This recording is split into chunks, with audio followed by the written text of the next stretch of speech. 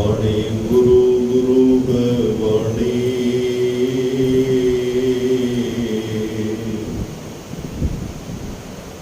विच बाणी अमृत सारे,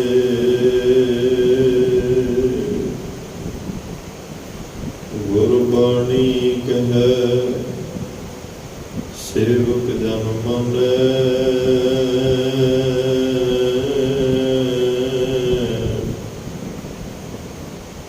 प्रतख गुरु निस्तारे, बाणी बिरलो विचारसी, जे को गुरमुख होए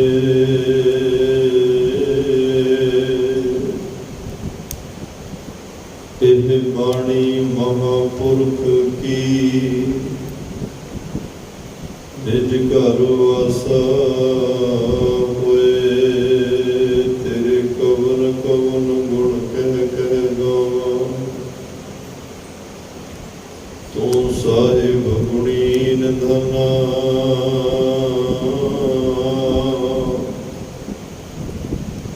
तुमरी महिमा वर ना सको, तू ठाकुर ऊच भगवाना, बेशुमार अथाह अगणित अतुल्य, ज्यों मिलावै त्यों नानक दास बोलै, आगम अगोचर सच साहिब मेरा,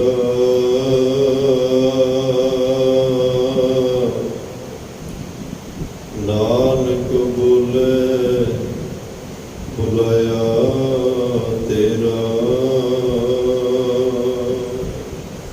सतनाम श्री वाहिगुरु साहिब जी।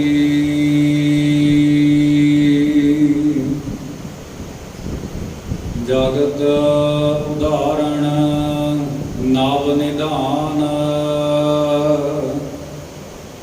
भगत है भाव कारण,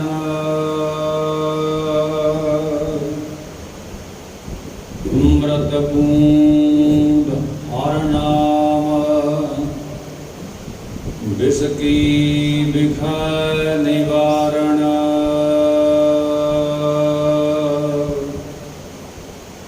सहज तरोवर फलियो,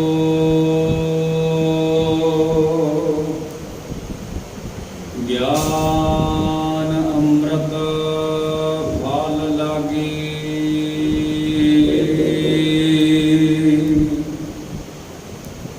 गुर प्रसाद पाइह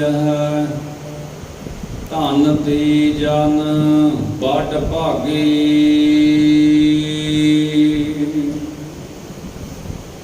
ते मुक्त भई सतगुर शब्द,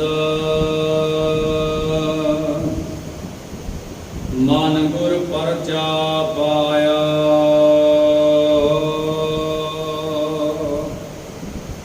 गुर रामदास कल उचरै,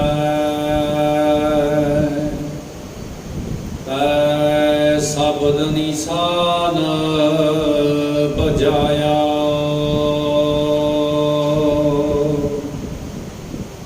जगति उदाहरण नव निधान, भगत है भव तारण। वाहिगुरु जी का खालसा, वाहिगुरु जी की फतेह।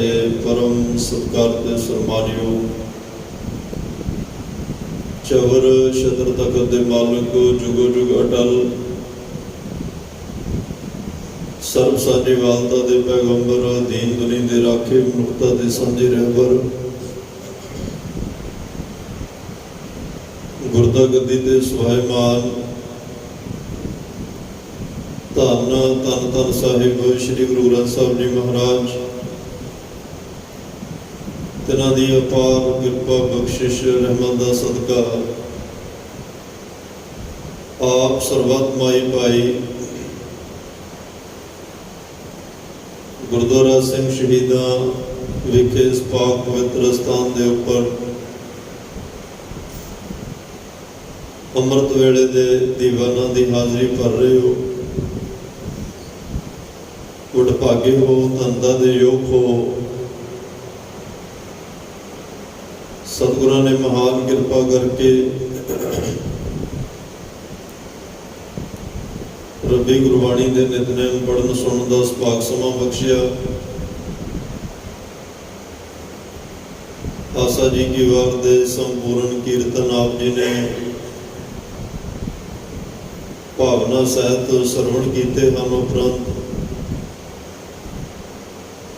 ਚੱਲ ਰਹੀ ਸ੍ਰੀ ਗੁਰੂ ਗ੍ਰੰਥ ਸਾਹਿਬ ਮਹਾਰਾਜ ਜੀ ਦੀ ਲੜੀਵਾਰ ਕਥਾ ਗੁਰ ਸ਼ਬਦ ਵਿਚਾਰ ਨਾਲ, ਬ੍ਰਹਮ ਵਿਚਾਰ ਨਾਲ ਜੁੜਨ ਦਾ ਸੁਭਾਗਾ ਸਮਾਂ ਵੀ ਆਪਾਂ ਸਾਰਿਆਂ ਨੂੰ ਪ੍ਰਾਪਤ ਹੋਇਆ ਹੈ। ਆਓ ਇਸ ਮਿਲੇ ਹੋਏ ਸਮੇਂ ਨੂੰ ਗੁਰੂ ਕੀ ਬਾਤ ਪਾ ਕੇ ਆਪਣੇ ਮਨੁੱਖਾ ਜੀਵਨ ਦੀਆਂ ਕੁਝ ਘੜੀਆਂ ਪਲਾਂ ਨੂੰ ਸਫਲ ਕਰਨ ਦਾ ਯਤਨ ਕਰੀਏ। ਗੁਰੂ ਪਾਤਸ਼ਾਹ ਤੋਂ ਜੀਵਨ ਸੇਧ ਲੈ ਕੇ ਗੁਰੂ ਪਰਮਾਤਮਾ ਨਾਲ ਅਸੀਂ ਨੇੜਤਾ ਬਣਾ ਸਕੀਏ। ਗੁਰੂ ਚਰਨਾਂ ਵਿੱਚ ਭਾਵਨਾ ਸਹਿਤ ਬੈਠੀਏ ਤਾਂ ਕਿ ਸਾਡੇ ਹਿਰਦਿਆਂ ਵਿੱਚ ਵੀ ਦੈਵੀ ਗੁਣ ਟਿਕ ਜਾਣ, ਸਾਨੂੰ ਵੀ ਅੰਮ੍ਰਿਤ ਰੂਪੀ ਫਲਾਂ ਦੀ ਪ੍ਰਾਪਤੀ ਹੋ ਜਾਏ। ਅਸੀਂ ਆਪਣਾ ਮਨੁੱਖਾ ਜੀਵਨ ਸਫਲ ਕਰ ਸਕੀਏ। ਭਾਵਨਾ ਦੇ ਨਾਲ, ਪਿਆਰ ਸਤਿਕਾਰ ਨਾਲ ਬੈਠਾਂਗੇ, ਸਤਿਗੁਰੂ ਜ਼ਰੂਰ ਕਿਰਪਾ ਬਖਸ਼ਿਸ਼ ਰਹਿਮਤ ਕਰਨਗੇ। ਅੱਜ ਦੇ ਇਸ ਪਾਵਨ ਪਵਿੱਤਰ ਬਚਨ ਦੇ ਵਿੱਚ ਭੱਟ ਸਾਹਿਬਾਨਾਂ ਨੇ ਬਹੁਤ ਹੀ ਸ਼ਰਧਾ ਵਿੱਚ ਭਿੱਜ ਕੇ ਸਤਿਗੁਰੂ ਪਾਤਸ਼ਾਹ ਦੇ ਪਿਆਰ ਸਤਿਕਾਰ ਵਿੱਚ ਜੁੜ ਕੇ ਧੰਨ ਧੰਨ ਸਾਹਿਬ ਸ੍ਰੀ ਗੁਰੂ ਰਾਮਦਾਸ ਪਾਤਸ਼ਾਹ ਜੀ ਦੀ ਉਸਤਤ ਕੀਤੀ ਹੈ। ਭੱਟ ਸਾਹਿਬਾਨ ਕਹਿ ਰਹੇ ਆ ਕਿ ਧੰਨ ਗੁਰੂ ਰਾਮਦਾਸ ਪਾਤਸ਼ਾਹ ਨੇ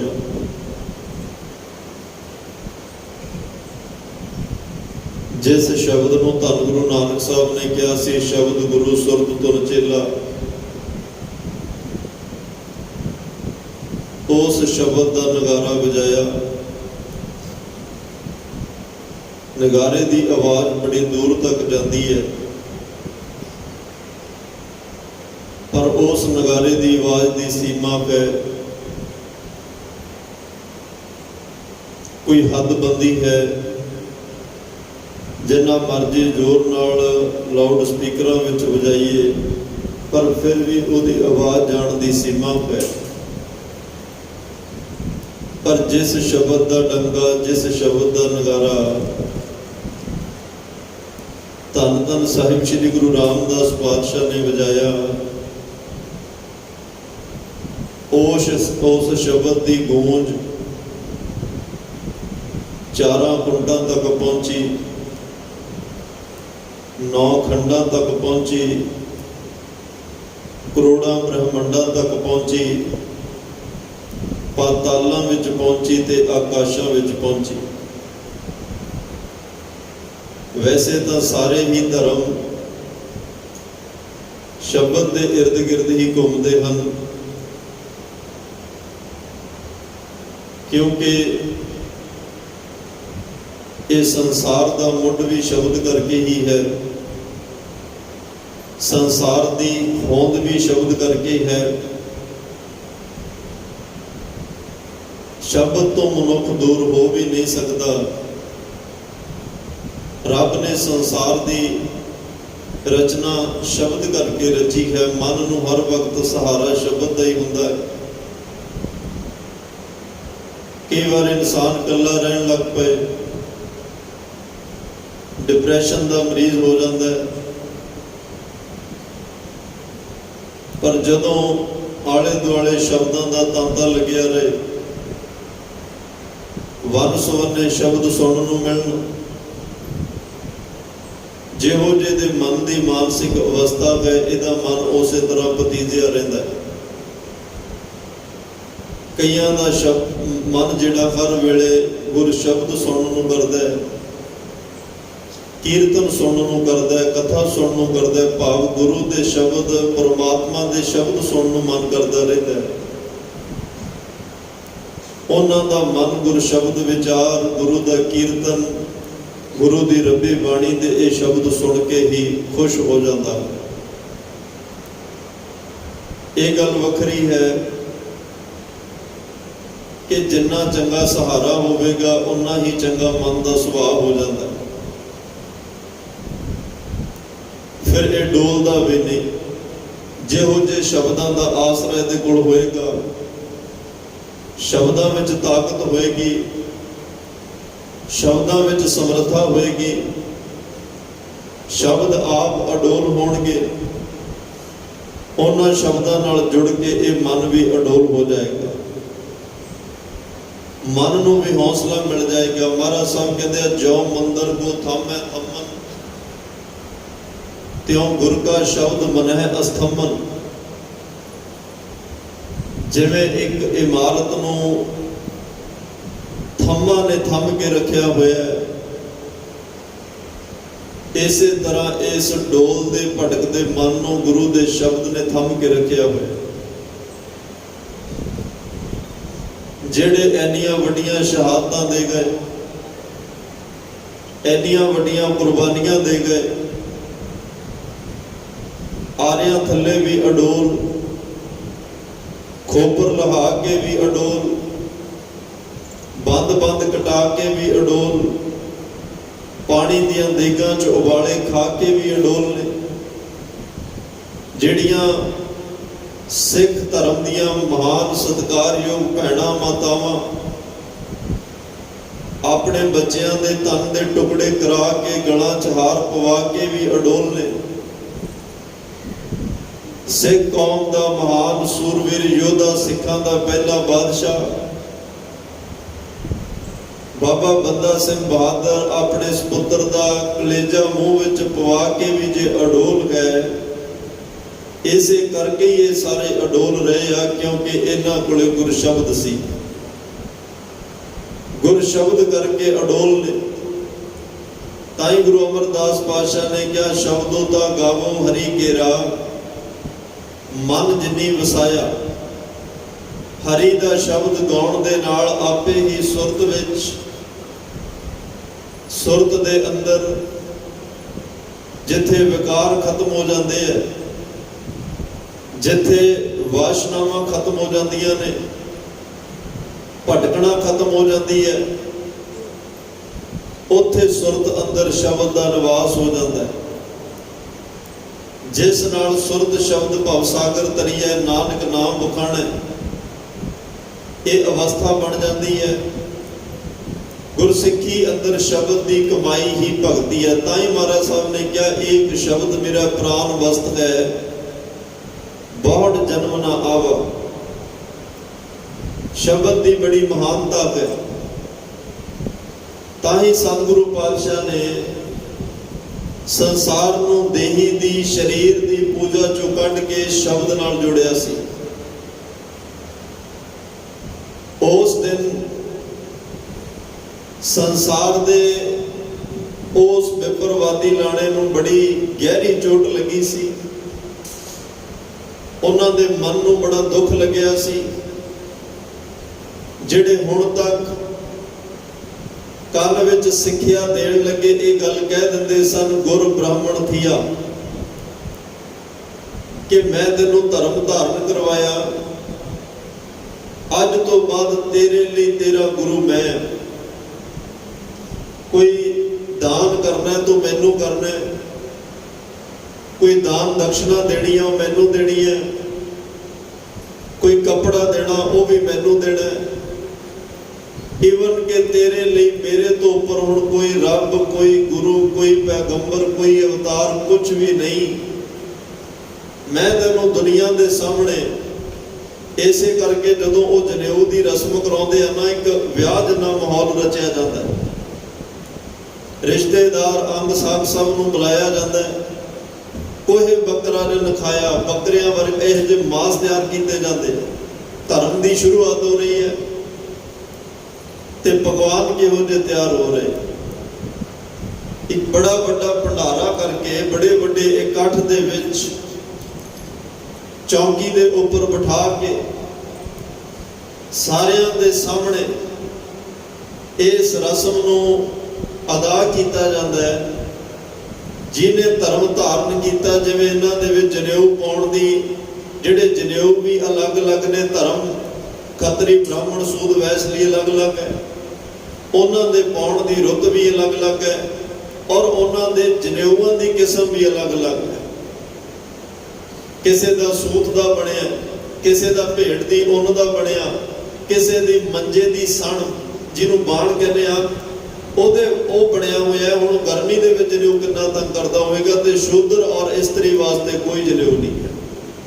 ਖੈਰ, ਮੈਂ ਆਪਣੀ ਗੱਲ ਤੇ ਰਵਾਂ। ਸਾਰੇ ਇਕੱਠ ਵਿੱਚ ਲੁਕਾਈ ਦੇ ਅੰਦਰ ਨੰਗੇ ਚਿੱਟੇ ਦਿਨ ਦੇ ਵਿੱਚ ਇਹ ਐਲਾਨ ਕੀਤਾ ਜਾਂਦਾ ਕਿ ਗੁਰ ਬ੍ਰਾਹਮਣ ਥੀਆ, ਅੱਜ ਤੋਂ ਬਾਅਦ ਮੈਂ ਤੇਰਾ ਗੁਰੂ ਹਾਂ।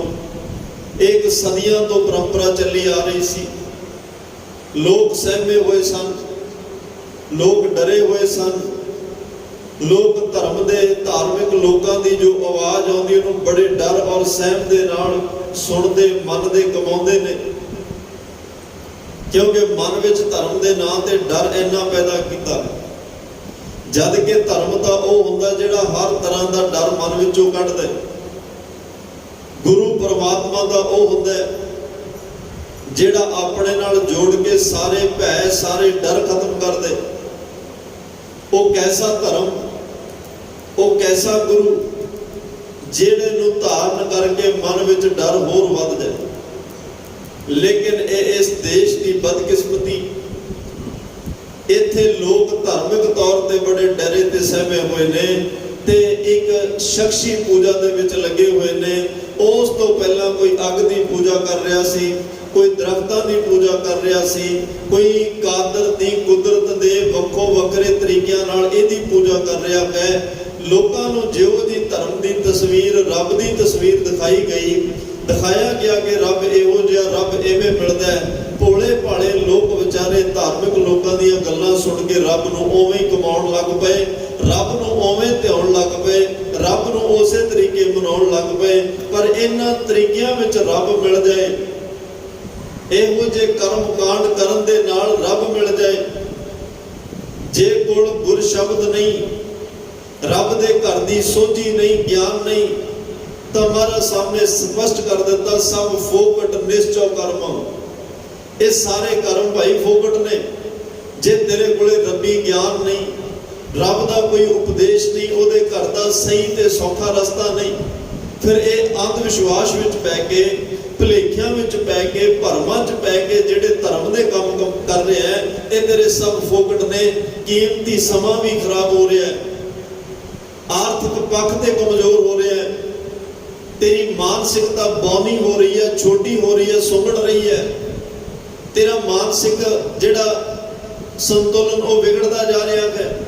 ਤੇਰੀ ਮਾਨਸਿਕਤਾ ਕਮਜ਼ੋਰ ਹੋ ਰਹੀ ਹੈ ਇਹਨਾਂ ਕਰਮਾਂ ਦੇ ਨਾਲ। ਤੇ ਅਖੀਰ ਜਦੋਂ ਇਹੋ ਜਿਹਾ ਕੁਝ ਕਰਨ ਤੋਂ ਬਾਅਦ ਪ੍ਰਾਪਤੀ ਕੋਈ ਨਹੀਂ ਹੁੰਦੀ, ਨਾ ਰੂਹਾਨੀਅਤ ਅਧਿਆਤਮਿਕ ਤੌਰ ਤੇ, ਨਾ ਸੰਸਾਰਕ ਤੌਰ ਤੇ। ਅਖੀਰ ਤੇ ਇਨਸਾਨ ਫਿਰ ਆਪਣੇ ਆਪ ਨੂੰ ਠੱਗਿਆ ਜਿਹਾ ਮਹਿਸੂਸ ਕਰਦਾ ਕਿ ਮੈਂ ਤਾਂ ਧਰਮ ਕਮਾ ਰਿਹਾ ਸੀ, ਪਰ ਮੇਰੇ ਨਾਲ ਤਾਂ ਬੜੀ ਠੱਗੀ ਹੋ ਗਈ, ਮੇਰੇ ਸ਼ੁਭ ਗੁਣ ਵੀ ਲੁੱਟੇ ਗਏ, ਮਾਇਆ ਵੀ ਲੁੱਟੀ ਗਈ, ਮੇਰਾ ਸਮਾਂ ਵੀ ਬਰਬਾਦ ਹੋ ਗਿਆ, ਨਾ ਮੈਨੂੰ ਪਰਮਾਤਮਾ ਮਿਲਿਆ ਤੇ ਨਾ ਕੋਈ ਦੁਨੀਆ ਦਾ ਸੁੱਖ ਮਿਲਿਆ। ਅਕਸਰ ਇੱਕ ਲੰਮੀ ਪਰੰਪਰਾ ਚੱਲਦੀ ਆ ਰਹੀ ਸੀ।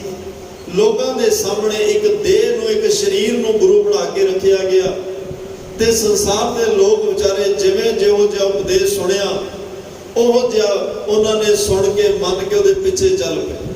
ਮੈਂ ਵੀ ਬੇਨਤੀ ਕਰਾਂ, ਇੱਕ ਗਰੀਬ ਲਈ ਵਰਨ ਵੰਡ ਮੁਤਾਬਕ ਜਿਨ੍ਹਾਂ ਨੂੰ ਸ਼ੂਦਰ ਲੋਕਾਂ ਦੀ ਕੈਟਾਗਰੀ ਵਿੱਚ ਪਾਇਆ ਗਿਆ, ਸਿੱਖ ਕੌਮ, ਗੁਰਮਤ, ਧੰਨ ਸ਼੍ਰੀ ਗੁਰੂ ਗ੍ਰੰਥ ਸਾਹਿਬ ਮਹਾਰਾਜ, ਜਾਤ ਪਾਤ ਨੂੰ ਦੀ ਕੋਈ ਗੱਲ ਨਹੀਂ, ਕੋਈ ਨਹੀਂ ਮੰਨਿਆ ਜਾਂਦਾ ਸਿੱਖ ਧਰਮ ਦੇ ਅੰਦਰ, ਕੋਈ ਜਾਤ ਪਾਤ ਨੂੰ ਬੜਾਵਾ ਨਹੀਂ ਦਿੱਤਾ ਜਾਂਦਾ। ਮਹਾਰਾਜ ਸਾਹਿਬ ਦਾ ਕਹਿੰਦੇ ਆ ਸਾਤ ਜਾਤ ਸਭ ਪਤ ਹੈ, ਜਿਹੇ ਕਰਮ ਕਮਾਏ ਜਿਹੋ ਜੇ ਕਰਮ ਉਹ ਜੀ ਤੇਰੀ ਜਾਤ। ਸਭ ਤੋਂ ਨੀਵੀਂ ਜਾਤ ਅਸਲ ਵਿੱਚ ਉਹਦੀ ਹੈ ਖਸਮ ਵਿਸਾਰੈ ਤੇ ਕਮ ਜਾਤ।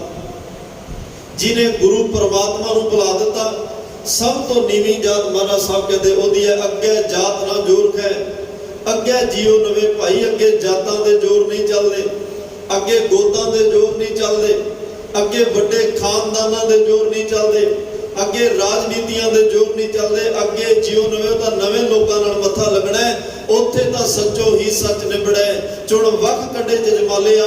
ਉੱਥੇ ਜਾਤਾਂ ਦੇ ਜ਼ੋਰ ਨਹੀਂ, ਉੱਥੇ ਤਾਂ ਫਰੀਦਾ ਅਮਲ ਜੇ ਕੀਤੇ ਦੁਨੀ ਵਿੱਚ ਦਰਗਾਹ ਆਏ ਕੰਮ। ਚੰਗੇ ਕਰਮ ਕਰਕੇ ਗਿਆ ਹੋਏਗਾ, ਉੱਥੇ ਕੰਮ ਆ ਜਾਣਗੇ, ਨਹੀਂ ਤਾਂ ਨਰਕਾਂ ਦੀਆਂ ਪੱਠੀਆਂ ਦੋਜ਼ਖ ਦੀਆਂ ਅੱਗਾਂ ਵਿੱਚ ਤੈਨੂੰ ਵੀ ਸੜਨਾ ਪਏਗਾ। ਫਿਰ ਉੱਥੇ ਪਾਪੀ ਕਰਮ ਕਮਾਉਂਦੇ ਕਰਦੇ ਖਾਏ ਖਾਏ, ਨਾਨਕ ਜਿਉ ਮਤਨ ਮਾਧਾੜੀਆਂ ਤਿਉ ਮੱਥੇ ਧਰਮ ਰਾਏ। ਉੱਥੇ ਫਿਰ ਕਿਸੇ ਦਾ ਕੋਈ ਸਕਾ ਨਹੀਂ। ਜਿਹਦੇ ਕੋਲੇ ਗੁਰ ਸ਼ਬਦ ਹੋਵੇ, ਜਿਹਦੇ ਕੋਲੇ ਚੰਗੇ ਕੀਤੇ ਕਰਮ ਹੋਣ, ਜਿਹਦੇ ਕੋਲ ਜਪਿਆ ਨਾਮ ਹੋਵੇ, ਜਿਨ ਕੈ ਪੱਲੇ ਧਨ ਵਸੈ, ਜਿਨ੍ਹਾਂ ਦੇ ਪੱਲੇ 'ਚ ਨਾਮ ਰੂਪੀ ਧਨ ਹੋਏਗਾ। ਸ਼ੁਭ ਕਰਮ ਕੀਤੇ ਹੋਣਗੇ, ਮਨੁੱਖਤਾ ਦੀ ਕੀਤੀ ਹੋਈ ਸੇਵਾ ਦੇ ਗੁਣ ਹੋਣਗੇ, ਲੋੜਵੰਦਾਂ ਦੀਆਂ ਲੋੜਾਂ ਪੂਰੀਆਂ ਕੀਤੀਆਂ ਦੇ ਸ਼ੁਭ ਗੁਣ ਹੋਣਗੇ। ਕਿਸੇ ਨੂੰ ਆਪ ਜਪ ਕੇ ਜਪਾਏ ਹੋਏ ਨਾਮ ਦਾ ਗੁਣ ਹੋਏਗਾ, ਆਪ ਸੇਵਾ ਕੀਤੀ ਤੇ ਕਿਸੇ ਤੋਂ ਸੇਵਾ ਕਰਾਈ ਹੋਈ ਦਾ ਇਹ ਗੁਣ ਹੋਏਗਾ। ਉਹ ਤਰ ਜਾਣਗੇ, ਉਹ ਬਚ ਜਾਣਗੇ। ਬਾਕੀ ਜਿਨ੍ਹਾਂ ਨੇ ਭਰਮਾਂ 'ਚ ਪੈ ਕੇ ਫੋਕਟ ਕਰਮ ਕੀਤੇ ਆ, ਮਹਾਰਾਜ ਸਾਹਿਬ ਕਹਿੰਦੇ ਉਹਨਾਂ ਨੇ ਦੀਨ ਵੀ ਗਵਾ ਲਿਆ, ਦੁਨੀ ਵੀ ਗਵਾ ਲਈ, ਲੋਕ ਵੀ ਗਵਾ ਲਿਆ ਤੇ ਪਰਲੋਕ ਵੀ ਗਵਾ ਲਿਆ। ਗੁਣਾਂ ਨੂੰ ਗਵਾ ਕੇ ਔਗਣਾਂ ਦੀਆਂ ਪੰਡਾਂ ਬੰਨ ਕੇ ਉਹ ਅੱਜ ਧਰਮਰਾਜ ਦੇ ਸਾਹਮਣੇ ਖੜੇ ਆ। ਅੱਜ ਕਿਸੇ ਗੱਲ ਦਾ ਜਵਾਬ ਕੋਈ ਨਹੀਂ ਆ ਰਿਹਾ। ਮਹਾਰਾਜ ਸਾਹਿਬ ਕਹਿੰਦੇ ਮੈਂ ਤਾਂ ਹੀ ਕਿਹਾ ਸੀ ਫਰੀਦਾ, ਜਿੰਨੀ ਕਮੀ ਨਾਹੇ ਗੁਣ ਤੇ ਕਮੜੇ ਵਿਸਾਰ, ਮਦ ਸ਼ਰਮਿੰਦਾ ਥੀ ਵੀ ਸਾਈਂ ਦੇ ਦਰਬਾਰ। ਜਿੰਨਾ ਕੰਮਾਂ ਦੇ ਵਿੱਚ ਭਾਈ ਕੋਈ ਗੁਣ ਨਹੀਂ, ਕੋਈ ਲਾਭ ਨਹੀਂ, ਕੋਈ ਫਾਇਦਾ ਨਹੀਂ, ਕੋਈ ਨਫਾ ਨਹੀਂ, ਉਹ ਕੰਮ ਕਰਨੇ ਛੱਡ ਦੇ, ਨਹੀਂ ਤਾਂ ਧਰਮਰਾਜ ਦੇ ਸਾਹਮਣੇ ਤੈਨੂੰ ਸ਼ਰਮਿੰਦਾ ਹੋਣਾ ਪਏਗਾ, ਸ਼ਰਮਸ਼ਾਰ ਹੋਣਾ ਪਏਗਾ, ਨੀਵੀਂ ਪਾ ਕੇ ਖੜਨਾ ਪਏਗਾ, ਕੋਈ ਗੱਲ ਦਾ ਜਵਾਬ ਨਹੀਂ ਹੋਏਗਾ। ਖੈਰ ਮਹਾਰਾਜ ਸਾਹਿਬ ਕਹਿੰਦੇ ਇਸ ਸੰਸਾਰ ਦੇ ਅੰਦਰ ਲੰਮੇਰਾ ਸਮਾਂ ਸੰਸਾਰ ਨੇ ਦੇਹ ਦੀ ਪੂਜਾ ਕੀਤੀ, ਸਰੀਰ ਦੀ ਪੂਜਾ ਕੀਤੀ। ਇਸ ਸਰੀਰ ਨੂੰ ਰੱਬ ਸਮਝਿਆ, ਸਰੀਰ ਨੂੰ ਖੁਦਾ ਸਮਝਿਆ। ਪਰ ਸਤਿਗੁਰੂ ਪਾਤਸ਼ਾਹ ਧੰਨ ਧੰਨ ਸ੍ਰੀ ਗੁਰੂ ਨਾਨਕ ਸਾਹਿਬ ਮਹਾਰਾਜ ਦਾ ਵਕਤ ਆਇਆ ਸੰਨ 1469, ਬੜਾ ਭਾਗਾ ਵਾਲਾ ਸਾਲ। ਮੈਂ ਕਹਿੰਦਾ ਗੁਰੂ ਸਾਹਿਬ ਆਏ, ਇਹ ਸਾਲ ਵੀ ਅਮਰ ਹੋ ਗਿਆ। ਕੱਤਕ ਦੀ ਪੂਰਨਮਾਸ਼ੀ, ਇਹ ਦਿਨ ਵੀ ਸਫਲ ਤੇ ਅਮਰ ਹੋ ਗਿਆ। ਰਾਏ ਭੋਏ ਦੀ ਤਲਵੰਡੀ, ਉਹ ਨਗਰ ਜਿਹੜਾ ਕਿਸੇ ਰਾਏ ਭੋਏ ਦੇ ਨਾਮ ਤੇ ਵਸਦਾ ਹੈ, ਉਹ ਨਗਰ ਨਾਨਕਿਆਣਾ ਸਾਹਿਬ ਧੰਨ ਗੁਰੂ ਨਾਨਕ ਸਾਹਿਬ ਦਾ ਘਰ ਬਣ ਗਿਆ। ਇਹ ਘਰ ਵੀ ਪਵਿੱਤਰ ਅਮਰ ਹੋਇਆ, ਉਹ ਨਗਰ ਉਹ ਸ਼ਹਿਰ ਵੀ ਅਮਰ ਹੋਇਆ, ਇਹ ਦਿਨ ਵੀ ਅਮਰ ਹੋਇਆ, ਉਹ ਸਾਲ ਵੀ ਅਮਰ ਹੋਇਆ। ਕਿਉਂਕਿ ਉਸ ਦਿਨ ਇਸ ਦੁਨੀਆ ਨੂੰ ਸਰੀਰ ਦੀ ਪੂਜਾ ਨਾਲੋਂ ਹਟਾ ਕੇ, ਇਸ ਸੰਸਾਰ ਨੂੰ ਦੇਹ ਦੀ ਪੂਜਾ ਨਾਲੋਂ ਹਟਾ ਕੇ ਅੱਜ ਕੋਈ ਸ਼ਬਦ ਨਾਲ ਜੋੜ ਕੇ ਪਰਮਾਤਮਾ ਨਾਲ ਮਿਲਾਉਣ ਵਾਲਾ ਆ ਰਿਹਾ ਹੈ। ਅੱਜ ਇਹੋ ਜਿਹਾ ਗੁਰੂ ਦੇਣ ਵਾਲਾ ਇਸ ਸੰਸਾਰ ਤੇ ਆ ਰਿਹਾ ਹੈ, ਜਿਸ ਗੁਰੂ ਨੇ ਕਦੇ ਮਰਨਾ ਨਹੀਂ, ਜਿਸ ਗੁਰੂ ਨੇ ਕਦੇ ਬਦਲਣਾ ਨਹੀਂ, ਜਿਸ ਗੁਰੂ ਦੇ ਸ਼ਬਦ ਅੱਜ ਦੇ ਕਹੇ ਹੋਏ ਜੁਗੋ ਜੁਗ ਅਟਲ ਰਹਿਣੇ ਆ। ਅੱਜ ਸ਼ਬਦ ਨਾਲ ਜੋੜਨ ਵਾਲਾ ਗੁਰੂ ਆਇਆ। ਧੰਨ ਗੁਰੂ ਨਾਨਕ ਸਾਹਿਬ ਇਸ ਧਰਤੀ ਤਖਤ ਤੇ ਆਏ। ਸਿੱਧ ਗੋਸ਼ਟੀਆਂ ਹੋਈਆਂ, ਜੋਗੀਆਂ ਨਾਲ ਗੋਸ਼ਟੀਆਂ ਹੋਈਆਂ, ਮੱਕੇ ਦੇ ਕਾਜੀ ਮਲਾਣਿਆਂ ਨਾਲ ਗੋਸ਼ਟੀਆਂ ਹੋਈਆਂ, ਬੜੇ ਵੱਡੇ ਵੱਡੇ ਧਾਰਮਿਕ ਪਾਂਡਿਆਂ ਨਾਲ ਗੋਸ਼ਟੀਆਂ ਹੋਈਆਂ। ਬੜੀ ਉਸਾਰੂ ਤੇ ਸਾਰਥਕ ਵਿਚਾਰ ਹੋਈ, ਬੜੇ ਉੱਚੇ ਪੈਮਾਨੇ ਤੇ ਵਿਚਾਰ ਹੋਈ। ਬਾਦਸ਼ਾਹ ਨੇ ਅਗਲਿਆਂ ਦੇ ਘਰ ਵਿੱਚ ਜਾ ਕੇ ਕੋਈ ਪੱਥਰ ਨੂੰ ਪੂਜ ਰਿਹਾ ਹੈ, ਕੋਈ ਮੂਰਤੀ ਨੂੰ ਪੂਜ ਰਿਹਾ ਹੈ, ਕੋਈ ਕਹਿੰਦਾ ਮੇਰਾ ਗੁਰੂ ਹੈ, ਕੋਈ ਕਹਿੰਦਾ ਮੇਰਾ ਗੁਰੂ ਹੈ। ਦੁਨੀਆ ਧਰਮ ਦੇ ਨਾਂ ਤੇ ਬੜੇ ਫੋਕਟ ਕਰਮ ਕਰ ਰਹੀ। ਪਾਤਸ਼ਾਹ ਨੇ ਬੜੀ ਗੌਰ ਨਾਲ ਵੇਖਿਆ, ਬੜੀ ਟਿਕਟ ਕੀ ਲਾ ਕੇ ਵੇਖਿਆ। ਮਹਾਰਾਜ ਕਹਿੰਦੇ ਭਾਈ ਇਹ ਦੁਨੀਆ ਦਾ ਵੈਸੇ ਕੋਈ ਕਸੂਰ ਨਹੀਂ, ਕਸੂਰ ਉਹਨਾਂ ਲੋਕਾਂ ਦਾ ਹੈ ਜਿਨ੍ਹਾਂ ਨੇ ਧਰਮ ਦਾ ਲਿਬਾਸ ਪਾ ਕੇ, ਧਰਮ ਦੇ ਆਪ ਬਾਣੇ ਪਾ ਕੇ, ਧਰਮ ਦੀਆਂ ਦੁਕਾਨਾਂ ਖੋਲ ਕੇ ਲੋਕਾਂ ਨੂੰ ਭਰਮ ਦੇ ਵਿੱਚ ਪਾਇਆ, ਲੋਕਾਂ ਨੂੰ ਗੁੰਮਰਾਹ ਕੀਤਾ, ਕਸੂਰ ਸਾਰਾ ਉਹਨਾਂ ਦਾ। ਤਾਂ ਹੀ ਮਹਾਰਾਜ ਨੇ ਸਭ ਤੋਂ ਪਹਿਲੀ ਉਦਾਸੀ ਹਿੰਦੂ ਧਰਮ ਦੇ ਤੀਰਥਾਂ ਵੱਲ ਕੀਤੀ ਸੀ। ਪਾਤਸ਼ਾਹ ਕਹਿੰਦੇ ਥਾ ਨਸ਼ਟ ਜਗ ਭ੍ਰਿਸ਼ਟ ਹੋਏ ਡੂਬਤਾ ਇਵ ਜਗ। ਇਹ ਜਿਹੜੇ ਧਾਰਮਿਕ ਅਸਥਾਨ ਨੇ ਅੱਜ ਇਹੀ ਮੈਲੇ ਹੋ ਚੁੱਕੇ ਆ, ਧਾਰਮਿਕ ਲੋਕ ਮੈਲੇ ਹੋ ਚੁੱਕੇ ਆ। ਜਿਹੜੇ ਸ਼ੀਸ਼ੇ ਵਿੱਚ ਖੜ ਕੇ ਲੋਕਾਂ ਨੇ ਆਪਣਾ ਆਪ ਸਵਾਰਨਾ ਸੀ, ਅੱਜ ਉਹ ਸ਼ੀਸ਼ੇ ਹੀ ਇੰਨੇ ਮੈਲੇ ਤੇ ਗੰਦਲੇ ਹੋ ਚੁੱਕੇ ਆ। ਮੈਂ ਕਿਉਂ ਨਾ ਹੋਵੇ ਪਹਿਲਾਂ ਇਹ ਸ਼ੀਸ਼ਿਆਂ ਨੂੰ ਸਾਫ਼ ਕਰ ਲਵਾਂ। ਇਹ ਸਾਰੀਆਂ ਧਾਰਮਿਕ ਦੀਆਂ ਜਿਹੜੀਆਂ ਤਸਵੀਰਾਂ ਨੇ, ਇਹ ਸ਼ੀਸ਼ਾ ਸਾਫ਼ ਹੋ ਜਾਏ ਤਾਂ ਕਿ ਲੋਕਾਂ ਨੂੰ ਆਪਣੀ ਤਸਵੀਰ ਜਿਹੜੀ ਆ ਉਹ ਸਾਫ਼ ਤੇ ਸੁਥਰੀ ਨਜ਼ਰ ਆਉਣ ਲੱਗ ਪਏ। ਮਹਾਰਾਜ ਸਾਹਿਬ ਨੇ ਤਾਂ ਸਿਰਫ ਇੱਕ ਮਾਲੀ ਵਾਲਾ ਕੰਮ ਕੀਤਾ ਹੈ। ਸਿਆਣਾ ਮਾਲੀ ਕਿਸੇ ਬੂਟੇ ਨੂੰ ਪੁੱਟਦਾ ਨਹੀਂ, ਉਸ ਬੂਟੇ ਦੀਆਂ ਜੜ੍ਹਾਂ ਵਿੱਚ ਜਿਹੜਾ ਫਾਲਤੂ ਕਾਂ ਗਿਆਰੀ ਪੈਦਾ ਹੋ ਜਾਂਦੀ ਹੈ, ਬੜੀ ਤੀਖਣ ਬੁੱਧੀ ਨਾਲ ਹੌਲੀ ਹੌਲੀ ਉਸ ਦਰਖਤ ਦੀਆਂ ਜੜ੍ਹਾਂ ਵਿੱਚੋਂ, ਪੌਦੇ ਦੀਆਂ ਜੜ੍ਹਾਂ ਚੋਂ ਘਾਹ ਫੂਸ ਨੂੰ ਕੱਢ ਕੇ ਤੇ ਉਸ ਦਰਖਤ ਦਾ ਜਿਹੜੀਆਂ ਜੜ੍ਹਾਂ ਨੂੰ ਸਾਫ਼ ਸੁਥਰੀਆਂ ਕਰ ਦਿੰਦਾ ਹੈ, ਤਾਂ ਕਿ ਇਹਦੀ ਛਾਂ ਵੀ ਲੋਕ ਮਾਣ ਸਕਣ, ਇਹਦੇ ਫਲ ਵੀ ਲੋਕ ਖਾ ਸਕਣ ਤੇ ਇਹ ਦਰਖਤ ਸਾਰਿਆਂ ਨੂੰ ਨਿਮਰਤਾ ਔਰ ਪਿਆਰ ਦੀਆਂ ਠੰਡੀਆਂ ਛਾਵਾਂ ਵੰਡਦਾ ਰਹੇ। ਇਸ ਕਰਕੇ ਮਹਾਰਾਜ ਨੇ ਧਾਰਮਿਕ ਸਥਾਨਾਂ ਤੇ ਜਾ ਕੇ ਜਿਹੜੇ ਉੱਥੇ ਕਰਮ ਕਾਂਡਾਂ ਦਾ ਘਾਹ ਉੱਗਿਆ ਹੋਇਆ ਹੈ, ਜਿਹੜੇ ਫੋਕਟ ਕਰਮਾਂ ਦੀ ਘਾਹ ਅਗਿਆਰੀ ਉੱਗੀ ਹੋਈ ਹੈ, ਜਿਹੜੇ ਉੱਥੇ ਆਲਤੂ ਫਾਲਤੂ ਘਾਹ, ਜਿਹੜੇ ਬਿਨਾਂ ਕਿਸੇ ਗੱਲ ਦੇ ਜਿਹੜੇ ਫੋਕਟ ਕਰਮਾਂ ਦੇ ਉਹ ਘਾਹ ਉੱਗੇ ਨੇ, ਮਹਾਰਾਜ ਸਾਹਿਬ ਨੇ ਉਸ ਘਾਹ ਨੂੰ ਪਾਸੇ ਕੀਤਾ ਤੇ ਉਹ ਧਰਮ ਦੀਆਂ ਜਿਹੜੀਆਂ ਜੜ੍ਹਾਂ ਨੂੰ ਸਾਫ਼ ਕੀਤਾ, ਧਰਮ ਦੀਆਂ ਤਸਵੀਰਾਂ ਨੂੰ ਸਾਫ਼ ਕੀਤਾ, ਤਾਂ ਕਿ ਲੋਕ ਆਪਣਾ ਆਪ ਇਹਨਾਂ ਤੋਂ ਸੇਧ ਲੈ ਕੇ ਜੀਵਨ ਸਫਲ ਕਰ ਸਕਣ, ਆਪਣਾ ਆਪ ਸਵਾਰ ਸਕਣ। ਉਹ ਦਿਨ ਕਿਹੋ ਜਿਹਾ ਹੋਏਗਾ ਜਿਸ ਦਿਨ ਸਿੱਧਾ ਨੇ ਪੁੱਛਿਆ ਸੀ, ਤੇਰਾ ਕਵਣ ਗੁਰੂ ਕਿਸ ਕਾ ਤੂੰ ਚੇਲਾ? ਤੇਰਾ ਗੁਰੂ ਕੌਣ ਹੈ ਭਾਈ ਤੇ ਚੇਲਾ ਕਿਹਦਾ ਤੂੰ? ਤੇਰੀ ਮੱਤ ਇੰਨੀ ਉੱਚੀ, ਤੇਰਾ ਸਿਧਾਂਤ ਦੁਨੀਆ ਤੋਂ ਵੱਖਰਾ ਹੈ, ਤੇਰਾ ਫਲਸਫਾ ਦੁਨੀਆ ਤੋਂ ਵੱਖਰਾ ਹੈ। ਅਸੀਂ ਤਾਂ ਉਹਨਾਂ ਗ੍ਰੰਥਾਂ ਨੂੰ, ਉਹਨਾਂ ਕਿਤਾਬਾਂ ਨੂੰ ਪੜ੍ਹਿਆ ਜਿਹੜੀਆਂ ਕਿਤਾਬਾਂ ਕਥਾ ਕਹਾਣੀ ਬੇਦੀ ਆਣੀ ਪਾਪ ਪੁੰਨ ਵਿਚਾਰ ਦੇ ਲੈਣਾ ਲੈ ਲੈ ਦੇਣਾ ਨਰਕ ਸੁਰਗ ਅਵਤਾਰ ਉੱਤਮ ਮੱਧਮ ਜਾਤੀ ਜਿਨਸੀ ਭਰਮ ਭਵੈ ਸੰਸਾਰ। ਅਸੀਂ ਤਾਂ ਉਹਨਾਂ ਗ੍ਰੰਥਾਂ ਨੂੰ ਪੜ੍ਹਿਆ ਜਿਹੜੇ ਪਾਪ ਪੁੰਨ ਦੀ ਗੱਲ ਕਰਦੇ ਆ, ਜਿਹੜੇ ਨਰਕ ਸਵਰਗ ਦੀ ਗੱਲ ਕਰਦੇ ਆ, ਜਿਹੜੇ ਉੱਤਮ ਮੱਧਮ ਜਾਤੀ ਜਿਨਸੀ ਉੱਚੀਆਂ ਜਾਤਾਂ ਵਾਲਿਆਂ ਨੂੰ ਵੱਖਰਾ ਉਪਦੇਸ਼, ਨੀਵੀਆਂ ਜਾਤਾਂ ਵਾਲਿਆਂ ਲਈ ਉਪਦੇਸ਼ ਹੀ ਕੋਈ ਨਹੀਂ। ਨੀਵੀਂ ਜਾਤ ਦੇ ਬੰਦੇ ਨੂੰ ਧਾਰਮਿਕ ਸਥਾਨ ਤੇ ਜਾਣ ਦੀ ਆਗਿਆ ਹੀ ਨਹੀਂ। ਉਹ ਨਾ ਰੱਬ ਦੀ ਗੱਲ ਕਰ ਸਕਦਾ ਹੈ, ਨਾ ਰੱਬ ਦੀ ਗੱਲ ਸੁਣ ਸਕਦਾ ਹੈ। ਇਹੋ ਜਿਹੇ ਹਾਲਾਤ ਬਣੇ ਹੋਏ ਇਸ ਦੇਸ਼ ਦੇ। ਤੇ ਮਹਾਰਾਜ ਸਾਹਿਬ ਨੂੰ ਜਦੋਂ ਪੁੱਛਿਆ ਤੇਰਾ ਗੁਰੂ ਕੌਣ ਤੇ ਚੇਲਾ ਕਿਹਦਾ ਹੈ, ਉਸ ਦਿਨ ਤੇ ਮਹਾਰਾਜ ਸਾਹਿਬ ਨੇ ਡੰਕੇ ਦੀ ਚੋਟ ਤੇ ਕਿਹਾ ਸੀ, ਭਾਈ ਸ਼ਬਦ ਗੁਰੂ ਸੁਰਤ ਧੁਨ ਚੇਲਾ। मेरा गुरु शब्द है, मेरा गुरु कोई शरीर नहीं, मेरा गुरु कोई देह नहीं, मैं किसी देह शरीर का पूजक नहीं, मैं केवल अकाल पुरख का पूजक हाँ, अकाल पुरख के घर तो आए हुए शब्दों का पुजारी हाँ। ते मेरा शरीर भी ओदा चेला नहीं, मेरी सुरत वो शब्द का चेला। एक सदियों तो चली हुई देह की पूजा, एक शरीर की पूजा, फोकट जेडे कर्मां दा एक लंबे समय तो एक परंपरा तुरी आउंदी सी। पातशाह ने अज उस रवायत नूं तोड़िया है, उस रवायत ते चोट कीती है। उस संसार दे जेडे एक भरम च पै के धर्म कमाउण वाले उस परंपरा नूं हिट कीता है, उहनूं चोट मार के कहा मेरा गुरु कोई शरीर नहीं, मेरा गुरु तां शब्द है। कई शरारती लोगों ने ये गल्लां भी प्रचलित कीतियां कि धन गुरु नानक साहब ने जेडे संत रेण नूं ਜਦੋਂ ਭੁੱਖੇ ਸਾਧੂਆਂ ਨੂੰ ਲੰਗਰ ਛਕਾਇਆ, ਉਹਨਾਂ ਵਿੱਚ ਇੱਕ ਸੰਤ ਰੇਣ ਦਾ ਨਾਮ ਦਾ ਇੱਕ ਧਰਮੀ ਬੰਦਾ ਹੈ, ਉਹ ਗੁਰੂ ਨਾਨਕ ਸਾਹਿਬ ਦਾ ਗੁਰੂ ਹੈ। ਬਿਲਕੁਲ ਗੱਲ ਝੂਠ ਹੈ। ਧੰਨ ਗੁਰੂ ਨਾਨਕ ਸਾਹਿਬ ਆਦ ਕਾਲ ਤੋਂ ਗੁਰੂ ਨੇ। ਧੰਨ ਗੁਰੂ ਨਾਨਕ ਸਾਹਿਬ ਦਾ ਅਸੀਂ ਪ੍ਰਕਾਸ਼ ਪੁਰਬ ਮਨਾਉਂਦੇ ਹਾਂ, ਧੰਨ ਸ਼੍ਰੀ ਗੁਰੂ ਨਾਨਕ ਸਾਹਿਬ ਦਾ ਅਸੀਂ ਵਿਆਹ ਪੁਰਬ ਮਨਾਉਂਦੇ ਹਾਂ, ਧੰਨ ਸ਼੍ਰੀ ਗੁਰੂ ਨਾਨਕ ਸਾਹਿਬ ਦਾ ਅਸੀਂ ਜੋਤੀ ਜੋਤ ਦਿਹਾੜਾ ਮਨਾਉਂਦੇ ਹਾਂ। ਪਰ ਅੱਜ ਤੱਕ 550 ਸਾਲ ਦੇ ਕਰੀਬ ਕੌਮ ਨੂੰ ਹੋਂਦ ਚਾਈ ਨੂੰ ਹੋ ਗਿਆ, ਅੱਜ ਤੱਕ ਕੋਈ ਵੀ ਕਹਿ ਦੇ ਕਿ ਧੰਨ ਗੁਰੂ ਨਾਨਕ ਸਾਹਿਬ ਦਾ ਕਿਸੇ ਨੇ ਗੁਰਤਾ ਗੱਦੀ ਦਿਵਸ ਮਨਾਇਆ ਹੋਵੇ, ਕਿਉਂਕਿ ਗੁਰਤਾ ਗੱਦੀ ਇੱਥੇ ਕਿਸੇ ਨੇ ਦਿੱਤੀ ਨਹੀਂ।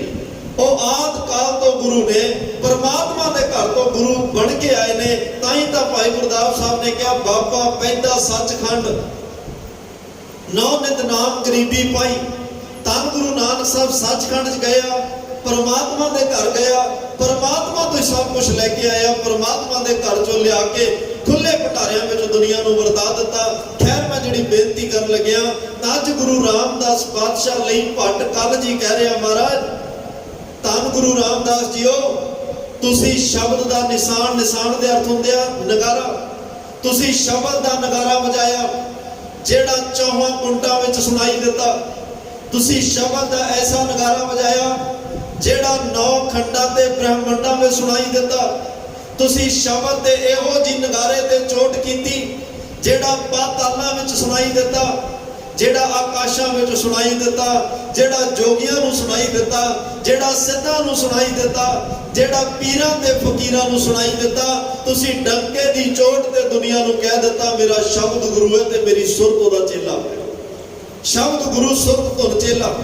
ते धन गुरु अर्जन देव पातशाह ने तां धन गुरु नानक साहब दे शब्द, गुरु अंगद साहब दे शब्द, धन गुरु अमरदास साहब दे शब्द, धन श्री गुरु रामदास साहब दे शब्द, गुरु अर्जन साहब ने बन के अपनी रसना तो उच्चारण किए 2312 शब्द, भट्ट साहिबाना दे 123 शब्द, 775 शब्द, 15 भगत साहिबाना दे गुरसिखां दे शब्द, ये सारे शब्दां नूं एक ग्रंथ विच एकत्र करके आदि ग्रंथ साहब बना दिता। सिखां पुछया महाराज ये की? पातशाह कहंदे शरीर मैं एक घर 10 धारण करने आ, एक घरां विचों बदल के मेरी आत्मा ने एक दिन इस शब्द विच प्रवेश कर जाना। ये मैं अज शब्द का संग्रह इस करके तैयार किया क्योंकि भाई गुरसिखो आने वाले समय अंदर जुगो जुग अटल जदों तक दुनिया संसार ने रहना है, इस शब्द ने ही तुहाडी जीवन की अगवाई करनी है, इस शब्द ने ही तुहाडे लई चानण मुनारा बनना है, इस शब्द ने गुरु बन के तुहाडे कारज भी रस करने हैं, तुहानू जन्म मरण के चक्कर जो कढ़ना है, तुहानू जिउंदे जी मुक्ति का जिहड़ियां ओ दातां बख्शिश करनी है। मैं अज इस करके शब्द नूं एकत्र करके चलिया ताकि आने वाले समय च शब्द तुहाडा गुरु होएगा। गुरु गोबिंद सिंह साहब पातशाह का वक्त आया, उन्होंने गुरु तेग बहादुर साहब पातशाह की बाणी 116 शब्द सलोकां समेत दमदमा साहब की धरती ते अमर शहीद धन धन भाई मनी सिंह जी, अमर शहीद धन धन बाबा दीप सिंह जी सहायक लिखारी, इन्हां तो गुरु ग्रंथ साहब पातशाह की भीड़ नूं दोबारा सारी संपादना हुई, विच गुरु तेग बहादुर साहब की बाणी नूं दर्ज किया गया, एक संपूर्ण भीड़ का खिताब दे के, पर अज गुरता गद्दी नहीं दी, लेकिन गुरु ग्रंथ साहब का स्वरूप जिहड़ा वो संपूर्ण तैयार हो चुकी है। नंदेड़ साहब की धरती आई, धन गुरु गोबिंद सिंह साहब पहुंचे, 1708 सन आया, अक्तूबर का महीना आया, महाराज साहब ज्योति जोत समाउण तो पहला कहन लगे ऐ खालसा पंथ सारे इकट्ठे होवो, मेरे कोल आओ। पातशाह अज क्यों क्या महाराज कहन लगे मेरे सचखंड जाने का वक्त आ गया, असी शरीर करके जाना है। सिख कौम ने रुदन विरलाप किया, बादशाह धन गुरु नानक साहब जान लग्या गुरु अंगद साहब के लड़ लाके गए, गुरु अंगद साहब जान लग्या गुरु अमरदास साहब के लड़ लाके गए, गुरु अमरदास चौथियां दे चौथे पंजवियां दे लड़ ते धन गुरु तेग बहादुर साहब तुहाडे लड़ लाके गए सन। अज तुसी चले हो ते लड़ के दे लाके चले हो, किरपा करके जिन्हें साडी अगवाई करनी है वो गुरु दी समझ ते ओदी दस पा के जरूर जाओ। धन गुरु गोबिंद सिंह साहब ने एक तंबू दे विच बड़े सत्कार दे नाल धन गुरु ग्रंथ साहब महाराज का प्रकाश करवाया, 5 प्यारे साहिबाना नूं कोल बुलाया, उस वेले देग भी तैयार हुई ते महाराज साहब ने 5 पैसे नारेल लिया के रखिया, आप अरदास की। देखो गुरता गद्दी क्योंकि शब्द ने गुरु बनना है। हुण तक धन धन बाबा बुढ़ा साहब ते बाबा बुढ़ा साहब दी अंश विचों गुरता गद्दी दी अरदास करते आया। महाराज साहब ने बाबा बंदा सिंह बहादुर नूं भी कुछ दिन पहला पंजाब वाल तोड़ दिता ताकि कल लोग इस भुलेखे च ना पै जाण के बंदा सिंह बहादुर नूं गुरता गद्दी दे के भेजिया। अज बाबे बुढ़े साहब की अंश नूं उन्हां नूं भी महाराज ने कहा तुसी एक साइड ते होके खलो जाओ क्योंकि अज मैं उस गुरु दे तुहानूं लड़ लाउण लग्या। ताबिया विच भी किसी नूं नहीं उस वेले बैठण दिता, आप भी ताबिया नहीं बैठे। पातशाह कहंदे कल किते ताबिया च बैठण वाले नूं भी कोई गुरु ना मान ले। ਜੇ ਮੈਂ ਤਾਬਿਆਂ 'ਚ ਬੈਠਿਆ ਕੱਲ ਫੇਰ ਨਾ ਕੋਈ ਸਰੀਰ ਨੂੰ ਗੁਰੂ ਮੰਨ ਲੇ। ਮਹਾਰਾਜ ਸਾਹਿਬ ਨੇ ਕੇਵਲ ਤੇ ਕੇਵਲ ਧੰਨ ਧੰਨ ਸ੍ਰੀ ਗੁਰੂ ਗ੍ਰੰਥ ਸਾਹਿਬ ਮਹਾਰਾਜ ਤਖਤ ਤੇ ਸੁਹਾਇਮਾਨ ਆਪ ਅਰਦਾਸ ਕਰਕੇ ਤੇ ਸਿੱਖ ਕੌਮ ਨੂੰ ਹੁਕਮਨਾਮਾ ਪੜ੍ਹ ਕੇ ਸੁਣਾਉਣ ਤੋਂ ਬਾਅਦ ਕਿਹਾ ਸੀ, ਭਾਈ ਗੁਰਸਿੱਖੋ ਅੱਜ ਤੋਂ ਬਾਅਦ ਆਗਿਆ ਭਈ ਅਕਾਲ ਕੀ, ਤਵੇ ਚਲਾਇਓ ਪੰਥ, ਸਭ ਸਿੱਖਾਂ ਕੋ ਹੁਕਮ ਹੈ ਗੁਰੂ ਮਾਨਿਓ ग्रंथ, गुरु ग्रंथ जी मान्यो, परगट गुरां की दे, जो प्रभ को मिलियो चाहे खोज शब्द में ले, जिन्हें मैनू मिलना मेरे नाल गल्लां करनियां, ए शब्द दी खोज करियो, ए शब्द नू पढ़ लियो, शब्द नू सुन लियो, तुहाडियां मेरे नाल गल्लां होणगियां। मैं अपनी आत्मा इस ग्रंथ विच टिका दित्ती है, अपना शरीर पंथ विच टिका दित्ता है, ते उस दिन धन गुरु गोबिंद सिंह साहब पातशाह जुगो जुग अटल शब्द गुरु धन धन श्री गुरु ग्रंथ साहब महाराज दे लड़ ला के ज्योति जो समा गए। वो शब्द साडा गुरु बन गया, जिस शब्द नूं धन गुरु नानक साहब ने कहा सी, शब्द गुरु सुरत तुन चेला, भाई मेरा गुरु शब्द है, ते अज वो शब्द गुरु बन के तख्त ते सुभायमान हो के साडे जीवन दी मार्गदर्शकता कर रहा है, सानू जीवन सेध बख्श रहा है। पातशाह कहंदे अज तक मैं तुहानू गुरु ग्रंथ साहब नाल जोड़िया, लाइव चलण तो पहला मेरे ख्याल 97-98 ਦੇ ਵਿੱਚ श्री हरमंदर साहब तो लाइव टैलीकास्ट शुरू होया, पर ਤੁਹਾਡੇ ਚ ਵੱਡੀਆਂ ਉਮਰਾਂ ਦੇ ਬਜ਼ੁਰਗ ਬੈਠੇ ਆ ਜਾਂ ਜਿਹੜੇ ਲਾਈਵ ਸੁਣਦੇ ਉਹਨਾਂ ਨੂੰ ਪਤਾ ਹੋਵੇਗਾ, ਸੱਚਖੰਡ श्री हरमंदर ਸਾਹਿਬ ਜਦੋਂ ਸੰਗਤਾਂ ਦਰਸ਼ਨ ਕਰਨ ਜਾਂਦੀਆਂ ਸਨ, ਉਸ ਵੇਲੇ ਅੱਜ ਤੋਂ ਕੋਈ 20-25 ਸਾਲ ਪਹਿਲਾਂ ਗੁਰੂ ਗ੍ਰੰਥ ਸਾਹਿਬ ਦੀ ਤਾਬਿਆ ਕੋਈ ਗ੍ਰੰਥੀ ਸਿੰਘ ਨਹੀਂ ਸੀ ਬੈਠਦਾ, ਸਾਈਡ ਤੇ ਬੈਠ ਕੇ ਚਵਰ ਕਰਦੇ ਸਨ। किड्डी महाराज साहब की दूर अंदेशी उस पावन तख्त ते भी पावन स्थान के उपर महाराज कहते कोई ग्रंथी सिंह ताबिया ना बैठे, ताकि जदों सिख मत्था टेकन आवे, गुरु ग्रंथ साहब के दर्शन करन आवे, गुरु ग्रंथ साहब नाल गल्लां करन आवे, किते ताबिया च बैठे हुए ग्रंथी सिंह वालों दी निगाह ना चली जाए कि ये मैनू जानदा है, मैं इन्हां नू जानदा हां, किते ध्यान इधर उधर ना हो जाए। जदों गुरु ग्रंथ साहब नू मत्था टेकना केवल ध्यान धन गुरु ग्रंथ साहब पातशाह ते केंद्रित रहे, उस वेले केवल ध्यान गुरु ग्रंथ साहब ते रवे, ते ग्रंथी सिंह भी ताबिया नहीं सी बैठदा हुंदा। ते महाराज साहब ने एडी दूर अंदेशी नाल सानू शब्द गुरु नाल जोड़िया, ते जिस दिन धन बाबा बुढ़ा साहब ने पहली बार कोठा साहब तो गुरु ग्रंथ साहब का स्वरूप लिया के सचखंड श्री हरमंदर साहब विच प्रकाश किया, उस दिन तो अज दे दिन तक ते रहिंदी दुनिया तक ये परंपरा चलती रहेगी, ये मर्यादा चलती रहेगी, चलती आ रही है कि धन गुरु ग्रंथ साहब नूं जदों भी एक जगह तो दूसरी जगह ले जाया जाता, सीस उपर चुक के ले जाया जाता। महाराज साहब ने एक गल दा फिर सुनेहा दिता, भाई तुहाडा गुरु शब्द है, मैं ये शब्द गुरु नूं तुहाडे सीस ते टिकाया, तुहाडे शरीर दा सब तो कीमती पार्ट तुहाडा सिर है, तुहाडा दिमाग है, क्योंकि दिमाग विच सुरत है, दिमाग हिरदा है, दिमाग विच अकल है, दिमाग विच ज्ञान है, दिमाग एक बड़ा चेतनता का प्रतीक है। मैं ये शब्द गुरु तुहाडे सीस ते टिका के तुहाडे सिर ते तुहाडे दिमाग दे इन्ना नेड़े कर दिता, इहनूं कल्ला सिर ते चुकण तक सीमित ना रह जाओ, इस शब्द नूं सिर दे विच भी वसा लिओ, इहनूं अपने जहन इहनूं दिमाग विच भी वसा लिओ। मैं एक फिर बेनती करा, जदों धन गुरु तेग बहादुर साहब शहादत का जाम पींदिया दिल्ली चांदनी चौक विच महाराज साहब का हुक्म सी, ते आनंदपुर साहब तो तुर लग्या कह के गए सर गुजरी चिंता ना करी, दिल्ली की धरती तो मेरा सीस आनंदपुर साहब आएगा। शरीर क्यों नहीं गया? जे महाराज दे सिख सीस लिया सकते आ तो शरीर भी लिया सकते सन, पर पातशाह ने कहा नहीं मेरा सीस आएगा, क्योंकि महाराज कहते मैं तुहानू शरीरां दा पुजारी नहीं बनाउणा, मैं तुहानू देहां दा पुजारी नहीं बनाउणा।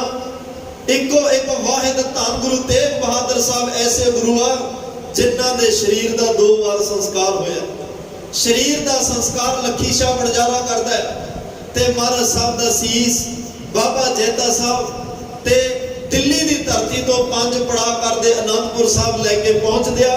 महाराज ने अपना सीस भेज के उस दिन भी एक गल कही सी, भाई सिखो मैं तुहानू शरीर और देह दा पुजारी नहीं, मैं अपना उपदेश, मैं सीस भाव अपना उपदेश तुहाडे कोल भेज रहा, तुसी मेरे उपदेश नाल जुड़ना है, ज्ञान नाल जुड़ना है, शब्द नाल जुड़ना है।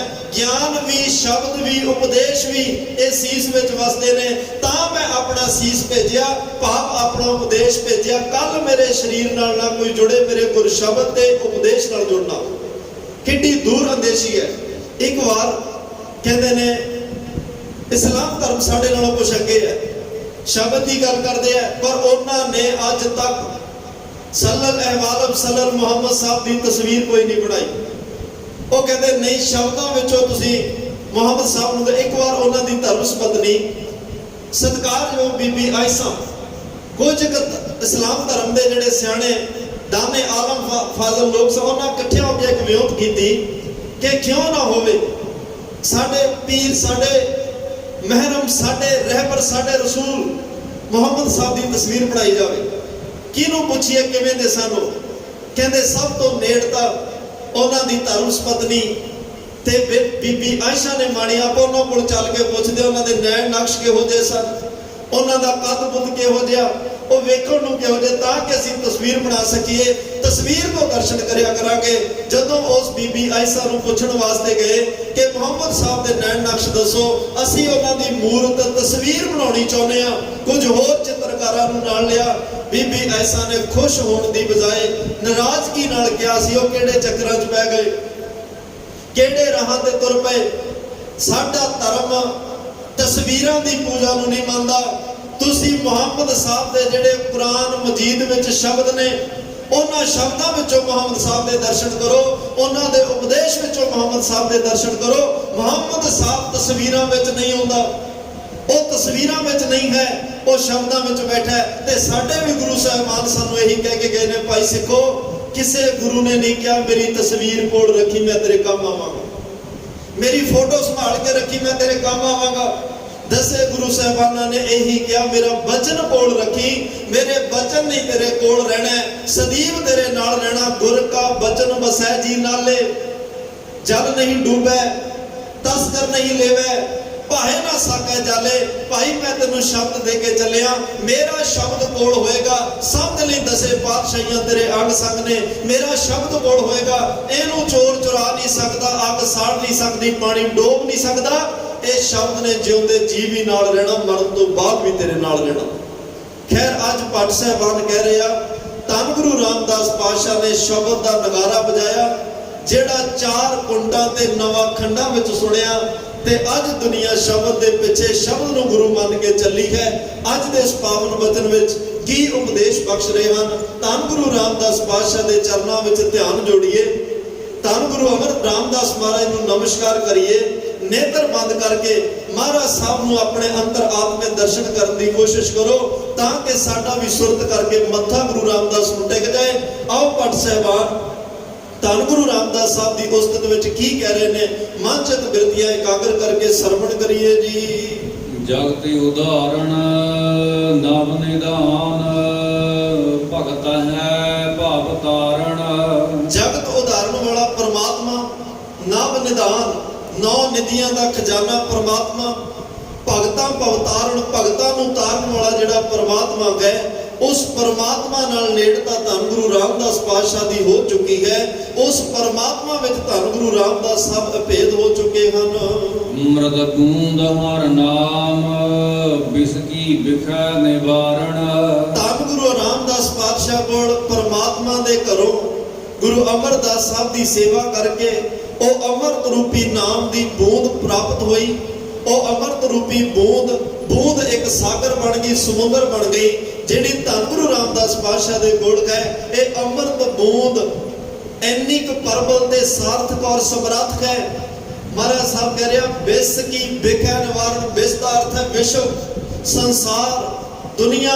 ਇਹ ਸਾਰੇ ਵਿਸ਼ਵ, ਸਾਰੇ ਸੰਸਾਰ, ਦੁਨੀਆ ਦੀ ਜਿਹੜੀ ਬਿਖ ਜ਼ਹਿਰ ਦੇ ਨਾਲ ਭਰੀ ਹੋਈ ਬਿਰਤੀ ਹੈ, ਜ਼ਹਿਰ ਰੂਪੀ ਜਿਹੜੀ ਅੰਦਰ ਤੜਪ ਪਿਆਸ ਹੈ, ਇਹ ਅੰਮ੍ਰਿਤ ਬੂੰਦ ਸਾਰੇ ਸੰਸਾਰ ਦੀ ਬਿਖ, ਵਿਸ਼ਨੂੰ ਔਰ ਉਸ ਸੰਸਾਰ ਦੀ ਜ਼ਹਿਰ ਨੂੰ ਖਤਮ ਕਰਨ ਵਾਲੀ ਹੈ। ਸਹਜ ਤਰੋਵਰ ਫਲਿਓ, ਗਿਆਨ ਅੰਮ੍ਰਿਤ ਫਲ ਲਾਗੇ। ਤਰੋਵਰ ਦਾ ਅਰਥ ਹੁੰਦਾ ਹੈ ਦਰਖਤ। ਧੰਨ ਗੁਰੂ ਰਾਮਦਾਸ ਪਾਤਸ਼ਾਹ ਤੁਸੀਂ ਸਹਿਜ ਦੇ ਇੱਕ ਉਹ ਦਰਖਤ ਹੋ, ਸਹਿਜ ਦੇ ਇੱਕ ਉਹ ਫਲਦਾਰ ਦਰਖਤ ਹੋ, ਜਿਨ੍ਹਾਂ ਨੂੰ ਗਿਆਨ ਅੰਮ੍ਰਿਤ ਫਲ ਲਾਗੇ, ਜਿਨ੍ਹਾਂ ਨੂੰ ਗਿਆਨ ਰੂਪੀ ਅੰਮ੍ਰਿਤ ਦੇ ਫਲ ਲੱਗੇ ਹੋਏ ਹਨ। ਗੁਰ ਪ੍ਰਸਾਦ ਪਾਈਐ ਹੈ ਧਨ ਤੇ ਜਨ ਬੜ ਭਾਗੇ। ਪਰ ਇਹ ਗਿਆਨ ਰੂਪੀ ਅੰਮ੍ਰਿਤ ਦੇ ਫਲ ਉਹਨਾਂ ਨੂੰ ਪ੍ਰਾਪਤ ਹੁੰਦੇ ਨੇ ਜਿਨ੍ਹਾਂ ਤੇ ਗੁਰੂ ਦੀ ਕਿਰਪਾ ਵਰਤ ਗਈ, ਜਿਨ੍ਹਾਂ ਨੇ ਆਪਣੇ ਆਪ ਨੂੰ ਗੁਰੂ ਦੀ ਬਖਸ਼ਿਸ਼, ਗੁਰੂ ਦੀ ਕਿਰਪਾ ਦੇ ਪਾਤਰ ਬਣਾ ਲਿਆ ਹੈ। ਗੁਰ ਪ੍ਰਸਾਦ ਪਾਈਐ, ਗੁਰੂ ਦੀ ਕਿਰਪਾ ਨਾਲ ਇਹ ਅੰਮ੍ਰਿਤ ਰੂਪੀ ਫਲ, ਗਿਆਨ ਰੂਪੀ ਫਲ ਜਿਹੜੇ ਪ੍ਰਾਪਤ ਹੁੰਦੇ ਨੇ। ਧਨ ਤੇ ਜਨ ਬੜ ਭਾਗੇ, ਉਹ ਧਨਤਾ ਜੋਗ ਗੁਰਮੁਖ ਜਨ ਦਾ ਅਰਥ ਹੈ ਸੇਵਕ, ਉਹ ਧਨਤਾ ਜੋਗ ਸੇਵਕ ਬੜ ਭਾਗੇ ਹਨ ਜਿਨ੍ਹਾਂ ਨੂੰ ਗੁਰੂ ਦੀ ਕਿਰਪਾ ਨਾਲ ਇਹ ਗਿਆਨ ਰੂਪੀ ਅੰਮ੍ਰਿਤ ਦੇ ਫਲ ਪ੍ਰਾਪਤ ਹੋਏ ਹਨ। ਤੇ ਮੁਕਤ ਭਈ ਸਤਿਗੁਰ ਸ਼ਬਦ ਮਨ ਗੁਰ ਪਰਚਾ ਪਾਇਆ। ਪਰਚਾ ਦਾ ਅਰਥ ਹੁੰਦਾ ਪਿਆਰ। ਜਿਨ੍ਹਾਂ ਨੇ ਮਨ ਕਰਕੇ ਗੁਰੂ ਨਾਲ ਪਿਆਰ ਪਾ ਲਿਆ, ਜਿਨ੍ਹਾਂ ਦੇ ਮਨ ਵਿੱਚ ਗੁਰੂ ਦਾ ਪਿਆਰ ਵਸ ਗਿਆ, ਪਰਮਾਤਮਾ ਨਾਲ ਪਿਆਰ ਪਾਇਆ, ਤੇ ਪਰਮਾਤਮਾ ਨਾਲ ਜਿਨ੍ਹਾਂ ਦੇ ਮਨ ਵਿੱਚ ਪਿਆਰ ਵਸ ਗਿਆ ਹੈ, ਤੇ ਮੁਕਤੇ ਭਏ ਸਤਿਗੁਰ ਸ਼ਬਦ, ਉਹ ਗੁਰੂ ਦੇ ਸ਼ਬਦ ਨਾਲ, ਗੁਰੂ ਦੇ ਸ਼ਬਦ ਕਰਕੇ, ਦੱਦੇ ਨੂੰ ਸਿਹਾਰੀ ਹੈ ਸ਼ਬਦ ਦੇ, ਗੁਰੂ ਦੇ ਸ਼ਬਦ ਕਰਕੇ ਉਹ ਗੁਰਮੁਖ ਰੂਹਾਂ, ਉਹ ਗੁਰਮੁਖ ਜਨ ਇਸ ਭਵ ਸਾਗਰ ਤੋਂ ਪਾਰ ਵੀ ਹੋਏ ਤੇ ਉਹ ਜੀਵਨ ਮੁਕਤ ਹੋ ਚੁੱਕੇ ਹਨ। ਮਨ ਗੁਰ ਪਰਚਾ ਪਾਇਆ। ਤੇ ਮਨ ਦੇ ਵਿੱਚ ਜਿਨ੍ਹਾਂ ਨੇ ਮਨ ਕਰਕੇ ਗੁਰੂ ਨਾਲ ਪਿਆਰ ਪਾਇਆ, ਅੰਦਰੋਂ ਆਪਣਾ ਗੁਰੂ ਨਾਲ ਸਨੇਹ ਜੋੜ ਲਿਆ, ਪਰਮਾਤਮਾ ਨਾਲ ਸਨੇਹ ਜੋੜ ਲਿਆ, ਉਹ ਇਸ ਸੰਸਾਰ ਤੋਂ ਮੁਕਤ ਹੋ ਗਏ ਹਨ। ਗੁਰੂ ਰਾਮਦਾਸ ਕਲ ਉਚਰੈ ਤੈ ਸ਼ਬਦ ਨਿਸ਼ਾਨ ਬਜਾਇਆ। ਪਟਕਲ ਜੀ ਕਹਿ ਰਹੇ ਆ ਕਿ ਧੰਨ ਧੰਨ ਸਾਹਿਬ ਸ੍ਰੀ ਗੁਰੂ ਰਾਮਦਾਸ ਸੋਢੀ ਸੁਲਤਾਨ ਪਾਤਸ਼ਾਹ, ਤੁਹਾਡੇ ਜੀਵਨ ਕਾਲ, ਜੀਵਨ ਹਯਾਤੀ ਵਿੱਚ ਜਿੰਨੇ ਵੀ ਨਿੰਦਕ ਸਨ, ਦੁਸ਼ਟ ਸਨ, ਦੋਖੀ ਸਨ, ਉਹ ਸਾਰੇ ਤਰ ਗਏ ਤੇ ਤੁਸੀਂ ਸਾਰਿਆਂ ਨੂੰ ਤਾਰ ਗਏ, ਕਿਉਂਕਿ ਸਾਰਿਆਂ ਨੂੰ ਤਾਰਨ ਦੀ ਸਮਰੱਥਾ ਤੁਹਾਡੇ ਕੋਲ ਹੈ। ਤੇ ਅੱਜ ਮਹਾਰਾਜ ਕਹਿ ਰਿਹਾ ਤੈ ਸ਼ਬਦ ਨਿਸ਼ਾਨ ਵਜਾਇਓ। ਧੰਨ ਗੁਰੂ ਰਾਮਦਾਸ, ਉਹ ਸੱਚੇ ਸ਼ਬਦ ਦਾ ਨਿਸ਼ਾਨ ਦਾ ਅਰਥ ਹੁੰਦਾ ਨਗਾਰਾ। ਤੁਸੀਂ ਐਸਾ ਸ਼ਬਦ ਦਾ ਨਗਾਰਾ ਵਜਾਇਆ, ਜਿਹਨੇ ਵੀ ਉਹ ਸ਼ਬਦ ਦਾ ਨਗਾਰਾ ਸੁਣਿਆ, ਉਹ ਸ਼ਬਦ ਨੂੰ ਆਪਣੇ ਜ਼ਿਹਨ 'ਚ ਵਸਾਇਆ, ਸ਼ਬਦ ਨੂੰ ਕਮਾਇਆ, ਉਹ ਇਸ ਭਵ ਸਾਗਰ ਤੋਂ ਪਾਰ ਹੋ ਗਏ, ਉਹ ਜੀਵਨ ਮੁਕਤ ਹੋ ਗਏ, ਉਹ ਇਸ ਭਵ ਸਾਗਰ ਸਮੁੰਦਰ ਤੋਂ ਪਾਰ ਹੋ ਕੇ ਪਰਮਾਤਮਾ ਦੇ ਵਿੱਚ ਅਭੇਦ ਹੋ ਗਏ। ਜਿਹੜੇ ਇਸ ਸ਼ਬਦ ਨਾਲ ਜੁੜੇ, ਜਿਨ੍ਹਾਂ ਨੇ ਇਸ ਸ਼ਬਦ ਦੀ ਕਮਾਈ ਕੀਤੀ, ਔਰ ਇੱਕੋ ਹੀ ਸ਼ਬਦ, ਮੈਂ ਜੇ ਵੀ ਬੇਨਤੀ ਕਰਾਂ, ਕਈ ਕਹਿੰਦੇ ਆ ਜੀ ਸੁਖਮਨੀ ਸਾਹਿਬ ਦਾ ਪਾਠ ਸਾਰਾ ਹੀ ਕਰਨਾ ਚਾਹੀਦਾ, ਜਾਂ ਸਾਰਾ ਕਰਕੇ ਉਠੀਏ, ਕਿੰਨਾ ਕਰਕੇ ਉਠੀਏ। ਮਹਾਰਾਜ ਸਾਹਿਬ ਉਸੇ ਸੁਖਮਨੀ ਸਾਹਿਬ 'ਚ ਕਹਿੰਦੇ ਆ ਕਿਨਕਾ ਏਕ ਜਿਸ ਜੀਵ ਸਭ ਹੈ। ਗੱਲ ਇੱਕ ਕਿਣਕੇ ਦੀ ਹੈ। ਏਕ ਅੱਖਰ ਹਰ ਮਨ ਵਸਤ, ਏਕ ਸ਼ਬਦ ਮੇਰਾ ਪ੍ਰਾਨ ਵਸਤ ਹੈ। ਫਾਰਮੈਲਟੀਆਂ ਨਹੀਂ, ਕੁਆਂਟੀਟੀ ਨਹੀਂ ਚਾਹੀਦੀ, ਕੁਆਲਿਟੀ ਚਾਹੀਦੀ ਹੈ। ਮੈਂ ਹਰ ਰੋਜ਼ ਬੇਨਤੀ ਕਰਦਾ, ਜਿੰਨਾ ਵੀ ਸਮਾਂ ਪੜੋ, 1 ਮਿੰਟ ਹੈ, 5 ਮਿੰਟ ਹੈ, 1 ਘੰਟਾ ਤੁਹਾਡੇ ਕੋਲ, ਤਨ ਨਾ ਤੁਹਾਡਾ ਕੱਲਾ ਮਨ ਬਾਣੀ ਪੜ੍ਹੇ, ਮਨ ਕਰਕੇ ਬਾਣੀ ਪੜੋ, ਮਨ ਵਿੱਚ ਵਸਾਉਣ ਲਈ ਬਾਣੀ ਪੜੋ, ਮਨ ਨੂੰ ਸਾਫ਼ ਸੁਥਰਾ, ਉਜਲਾ ਤੇ ਨਿਰਮਲ ਕਰਨ ਲਈ ਬਾਣੀ ਪੜੋ। ਇਹਨਾਂ ਗੱਲਾਂ 'ਚ ਨਹੀਂ ਪੈਣਾ ਵੀ ਕਿੰਨਾ ਪੜ੍ਹੀਏ, ਕਿੱਥੋਂ ਪੜ੍ਹੀਏ, ਕਿਵੇਂ ਪੜ੍ਹੀਏ। ਬਸ ਜਿੰਨਾ ਕੁ ਪੜ੍ਹੀਏ ਉਹ ਆਪਣੇ ਲਈ ਪੜ੍ਹੀਏ, ਜਿੰਨਾ ਕੁ ਪੜ੍ਹੀਏ ਮਨ ਨਾਲ ਪੜ੍ਹੀਏ, ਜਿੰਨਾ ਕੁ ਪੜ੍ਹੀਏ ਮਨ 'ਚ ਵਸਾਉਣ ਲਈ ਪੜ੍ਹੀਏ, ਜਿੰਨਾ ਕੁ ਪੜ੍ਹੀਏ ਇਸ ਗੱਲ ਕਰਕੇ ਪੜ੍ਹੀਏ ਕਿ ਅਸੀਂ ਧੰਨ ਗੁਰੂ ਅਰਜਨ ਸਾਹਿਬ ਤੇਰੇ ਨਾਲ ਗੱਲਾਂ ਕਰ ਰਹੇ। ਇਸ ਭਾਵਨਾ ਨਾਲ ਪੜ੍ਹੀਏ, ਇੱਕ ਇੱਕ ਅੱਖਰ ਸਾਡੇ ਅੰਦਰ ਵਸ ਜਾਏ। ਅੱਜ ਸ਼ਬਦ ਦੀ ਗੱਲ ਹੋਈ ਹੈ ਤੇ ਉਹ ਸ਼ਬਦ ਜਿਹੜਾ ਪਰਮਾਤਮਾ ਦੇ ਘਰ ਤੋਂ ਆਇਆ, ਜਿਹੜਾ ਵੀ ਭਾਈ ਇਹ ਸ਼ਬਦ ਨਾਲ ਜੁੜੇਗਾ ਪਰਮਾਤਮਾ ਦੇ ਘਰ ਪਹੁੰਚ ਜਾਏਗਾ, ਪਰਮਾਤਮਾ ਵਿੱਚ ਅਭੇਦਤਾ ਹੋ ਜਾਏਗੀ। ਇਹ ਧੰਨ ਗੁਰੂ ਰਾਮਦਾਸ ਪਾਤਸ਼ਾਹ ਕੋਲ ਰੱਬੀ ਰਹਿਮਤਾਂ ਨੇ। ਇਸ ਲਈ ਜੇ ਭੱਟ ਸਾਹਿਬਾਨ ਅਰਦਾਸ ਕਰ ਰਹੇ ਆ, ਆਪਾਂ ਵੀ ਸਾਰੇ ਨੇਤਰ ਬੰਦ ਕਰਕੇ ਹੱਥ ਜੋੜ ਕੇ ਇੱਕ ਵਾਰ ਆਪਣੀ ਰਸਨਾ ਤੋਂ ਕਹਿ ਦਈਏ, ਇੱਕ ਅਰਦਾਸ ਭਾਟ ਕੀਰਤ ਕੀ ਗੁਰੂ ਰਾਮਦਾਸ ਰੱਖੋ ਸ਼ਰਣਾਈ। ਗੁਰੂ ਰਾਮਦਾਸ ਸਾਨੂੰ ਵੀ ਆਪਣੀ ਸ਼ਰਨ ਵਿੱਚ ਰੱਖ ਲਓ, ਕਿਉਂਕਿ ਤੁਹਾਡੇ ਕੋਲੇ ਉਹ ਸੱਚਾ ਸ਼ਬਦ ਹੈ ਜਿਹੜਾ ਜਨਮ ਮਰਨ ਤੋਂ ਮੁਕਤ ਕਰਦਾ। ਇੰਨੀਆਂ ਬੇਨਤੀਆਂ ਪ੍ਰਵਾਨ ਕਰਿਓ। तमाम ਭੁੱਲਾਂ ਚੁੱਕਾਂ ਦੀ ਖਿਮਾ, ਗੁਰੂ ਦੇ ਬਚਨ ਹਿਰਦੇ 'ਚ ਵਸਾਇਓ। ਦਿਓ ਸਜਣ ਅਸੀਸੜੀਆਂ ਜੋ ਹੋਵੇ, ਸਾਹਿਬ ਸੋ ਮੇਲ। ਧੰਨ ਗੁਰੂ ਗ੍ਰੰਥ ਸਾਹਿਬ ਮਹਾਰਾਜ ਸਿੰਘ ਸ਼ਹੀਦ ਪਿਓ ਬਾਬਾ ਜੀ ਦਾ ਧੰਨਵਾਦ, ਜਿਹੜੇ ਵਿੱਚ ਵਰਤ ਕੇ ਸੇਵਾ ਲੈਂਦੇ ਨੇ। ਆਓ ਆਖਰੀ ਪੰਕਤੀਆਂ ਦਾ ਪਾਠ ਸਰਵਣ ਕਰਕੇ ਸਮਾਪਤੀ ਕਰੀਏ ਜੀ। ਮੁਕਤ ਭਏ ਸਤਿਗੁਰ ਸ਼ਬਦ ਮਨ ਗੁਰ ਪਰਚਾ ਪਾਇਆ। ਗੁਰੂ ਰਾਮਦਾਸ ਕਲ ਉਚਰੈ ਤੈ ਨਿਸ਼ਾਨ ਬਜਾਇਆ।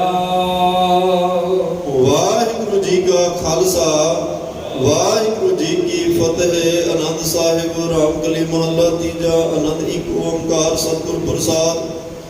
ਆਨੰਦ ਪਿਆ ਮੇਰੀ ਮਾਏ ਸਤਿਗੁਰੂ ਮੈਂ ਪਾਇਆ। ਸਤਿਗੁਰਤਾ ਪਾਇਆ ਸਹਿਜ ਸਿੱਧੀ ਮਨ ਵਜੀਆਂ ਵਾਧਾਈਆਂ। ਰਾਗ ਰਤਨ ਪਰਵਾਰ ਪਰੀਆਂ ਸ਼ਬਦ ਗਾਵਣ ਆਈਆਂ। ਗੁਰਦੂਤ ਗਾਵੋ ਹਰੀ ਕੀਰਾ ਮਨ ਜਿਨੀ ਵਸਾਇਆ।